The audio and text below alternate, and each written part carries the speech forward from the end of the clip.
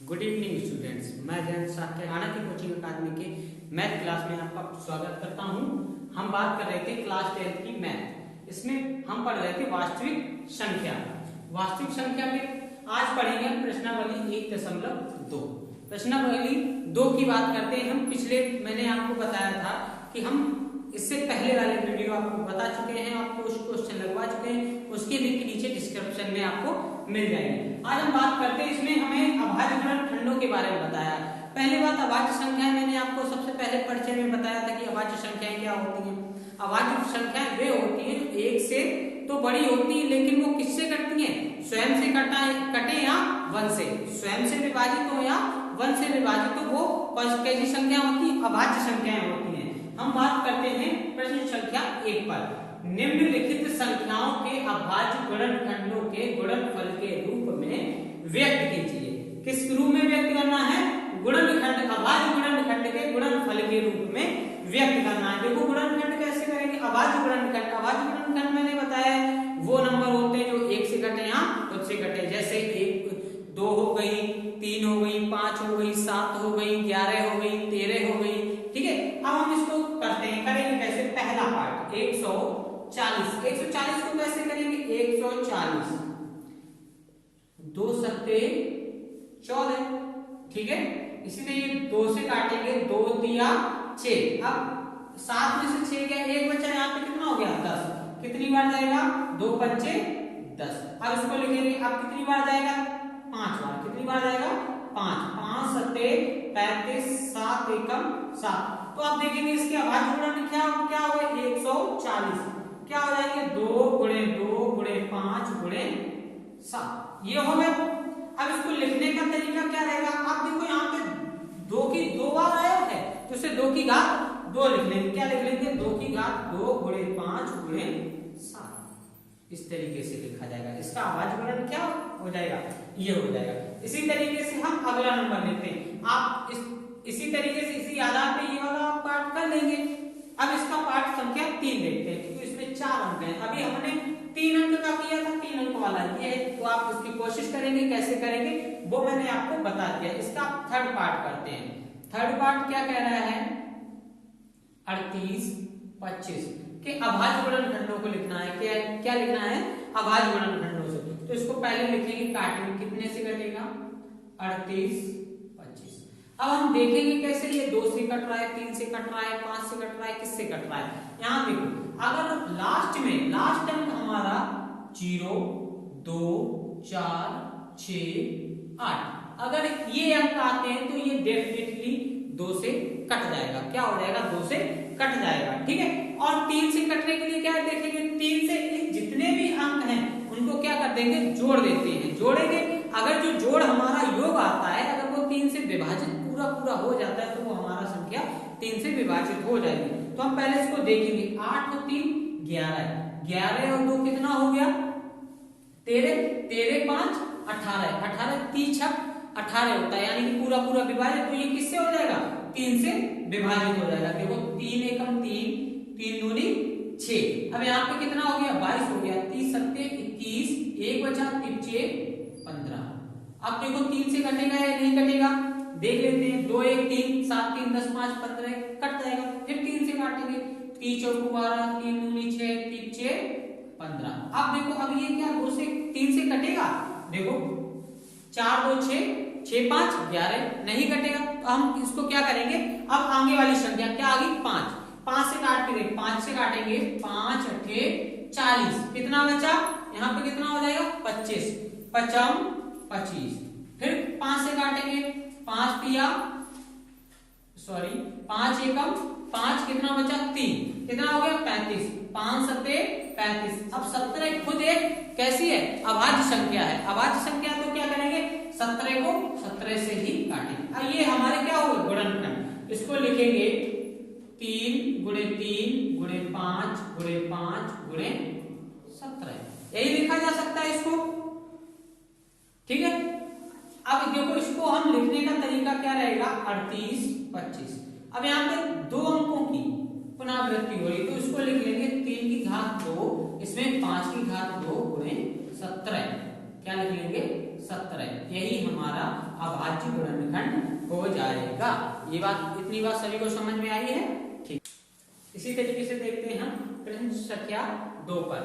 क्या है कि पूर्णांकों के निम्नलिखित युग्म के एचसीएफ और एलसीएम ज्ञात कीजिए। हमें क्या करना है, ये युग्म दिए हुए हैं, ये पार्ट दिए हैं कि हमको एलसीएम और एचसीएफ ज्ञात करना है। उसके बाद क्या कह रहा है कि तथा इसकी जांच कीजिए कि दो संख्याओं का गुणनफल बराबर एचसीएफ और एलसीएम होता है। यानी कि जो हमारा एलसीएम और एचसीएफ निकलेगा वो इन दोनों संख्याओं के गुणनफल के बराबर होगा।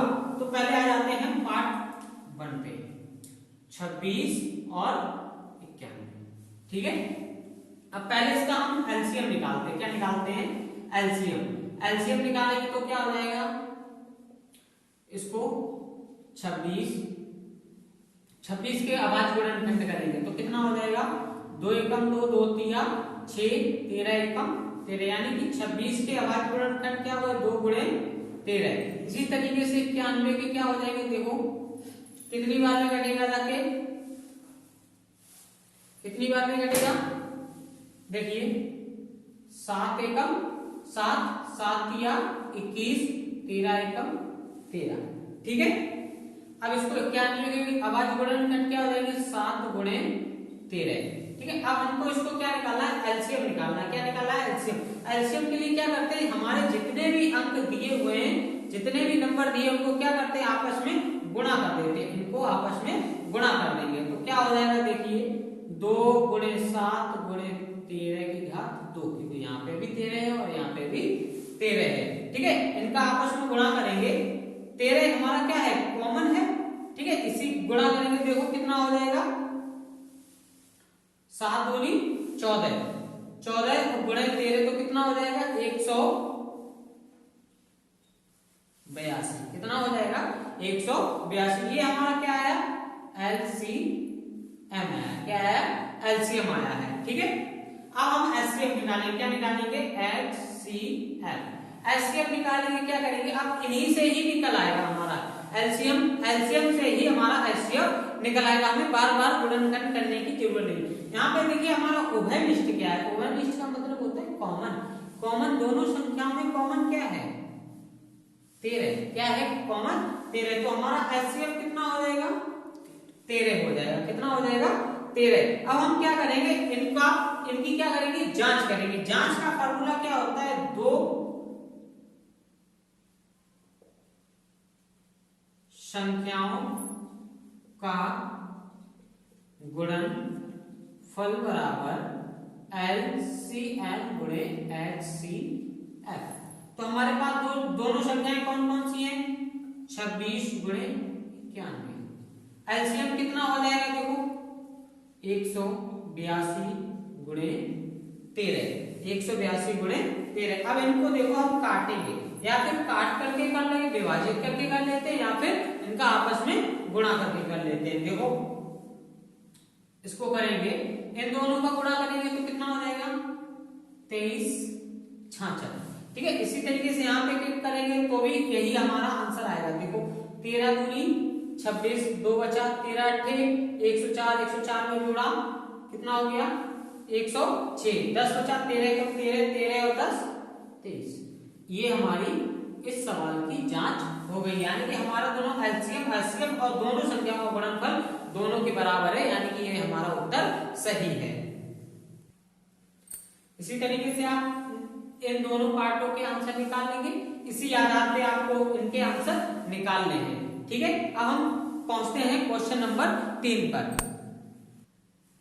इसी तरीके से हम देखते हैं प्रश्न संख्या 3 पर। प्रश्न संख्या 3 हमारा क्या कह रहा है कि अभाज्य गुणनखंड विधि द्वारा निम्नलिखित पूर्णांकों के एलसीएम और एचसीएफ दोनों हमें ज्ञात करने हैं। तो इसके बात करते हैं पार्ट 1 पर। ठीक है, भाग 1 पर क्या क्या नंबर दिए, 12, 15, 21। ठीक है, ये 3 नंबर दिए हैं। तो हम पहले सबसे पहले इसके निकालेंगे एलसीएम। एलसीएम निकालेंगे, देखो क्या हो जाएगा, पहले 12 के अभाज्य गुणनखंड करते हैं तो कितना हो जाएगा, 2 छंग 12, 2 तिया 6, 3 एकम 3, यानी कि 2 गुणे 2 गुणे 3। इसी तरीके से 15 का निकालेंगे, 15 का निकालेंगे तो कितना हो जाएगा, देखिए 3 के 15, 5 एकम 5 यानी 3 गुणे 5, 21 का निकालेंगे तो कितना हो जाएगा 30 सत्ते 21, 7 एकम 7। ठीक है, ये हमारे अभाज्य गुणनखंड हो गए, तीनों के मैंने अलग अलग निकाल लिए हैं। ठीक है, अब इनको एक साथ लिख लेते हैं 12, 15, 21। ठीक है, तो 2 गुणे 2 गुणे 3, 3 गुणे 5, 3 गुणे 7। एलसीएम निकालने का तरीका क्या होता है, देखिए कि जो हमारा कॉमन होता है यानी जो उभयनिष्ठ होता है उसे एक बार लिखा जाता है और बाकी सब जो बचे हुए डिजिट हैं, जो बचे हुए अंक हैं, उनको आपस में सभी का क्या कर देते हैं, मल्टीप्लाई कर देते हैं। तो एलसीएम बराबर कितना हो जाएगा 2 गुणे 2 गुणे 3 गुणे 5 गुणे 7। यानी देखो 3 हमारा कैसा है, उभयनिष्ठ नंबर है, उभयनिष्ठ है। ठीक है, यानी कॉमन है तो इसे एक बार लिख लिया और जो बचे हुए अंक हैं उनको सबको एक एक बार लिख लिया। तो इनका आपस में गुणा करेंगे कितना हो जाएगा 2 दूनी 4, 4 तिया 12, 12 पंचे 60 और 6 सत्ते 42 यानी 420। ये हमारा क्या निकला है एलसीएम। और एलसीएम निकालने के लिए आपको ऐसा नहीं है कि दोबारा इसका फिर गुणनखंड अभाज्य गुणनखंड करना पड़ेगा, नहीं। इसमें एलसीएम निकालने क्या होता है, जो हमारा कॉमन होता है यानी कि जो हमारा उभयनिष्ठ होता है उसी को ही एलसीएम मान लिया। तो यहाँ पे हमारा उभयनिष्ठ क्या है, कॉमन क्या है 3 है, तीनों में देखो कॉमन आ रहा है 3, तो यही हमारा क्या हो जाएगा एलसीएम हो जाएगा। इसी तरीके से आप नेक्स्ट पार्ट इसके आप लोग लगा लेंगे। इतनी अगर ये आपको पूरा सवाल समझ में आया तो इस तरीके से आप इसी आधार पर दोनों पार्ट बचे हुए आप लगा सकते हैं। ठीक है, इसी तरीके से देखते हैं प्रश्न संख्या 4 पर। प्रश्न संख्या 4 हमारा क्या कह रहा है कि यदि HCF 306 और 657 का 9 दिया है तो हमें क्या निकालना है एलसीएम। एलसीएम इन दोनों संख्याओं का क्या निकालना है, एलसीएम निकालना है। अब एलसीएम निकालने के लिए हम ऐसा नहीं करेंगे, हम इन दोनों संख्याओं का गुणनखंड करेंगे, अभाज्य गुणनखंड करेंगे, क्योंकि हमें क्या दिया हुआ है एलसीएम एक नंबर हमें दिया हुआ है। तो हम एलसीएम ज्ञात करने के लिए सीधा सीधा जो हमारा फार्मूला होता है उसी बेस पर इसका एलसीएम ज्ञात करने का फार्मूला हमारा क्या होता है कि दो संख्याओं का गुणनफल बराबर एलसीएम और एचसीएफ, यही होता है। तो हम यहाँ पे उसी को ही लिख लेंगे। तो पहले लिख लेंगे एचसीएफ बराबर कितना है 9 है। संख्याएं कौन कौन सी हमारे पास 306, 657। अब आपका सूत्र क्या होता है, देखिए एलसीएम ज्ञात करने के लिए कि दो संख्याओं का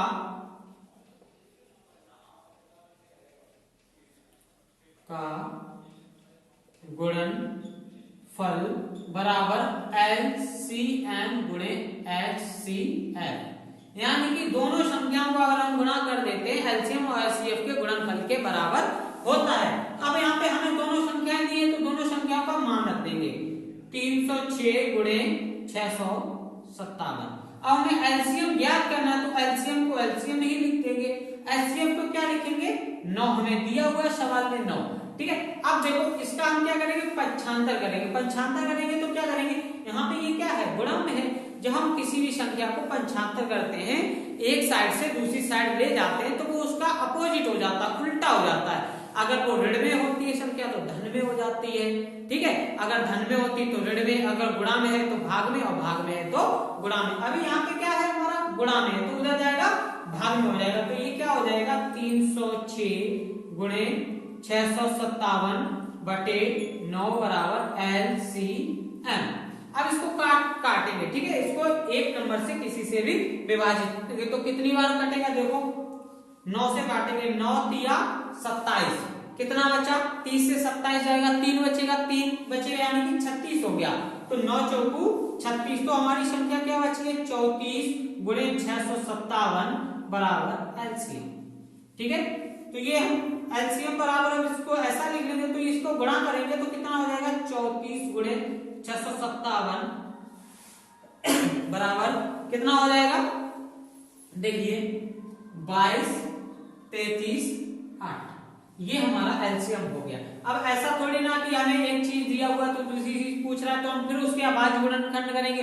फिर हमें इतना बड़ा गुणा करना पड़ेगा, नहीं, हम सीधा सीधा यही सूत्र लगाएंगे और हमारा यहाँ से अगर हमें एलसीएम दिया होता है तो हम एचसीएफ इसी फार्मूले से एचसीएफ ज्ञात कर लेते।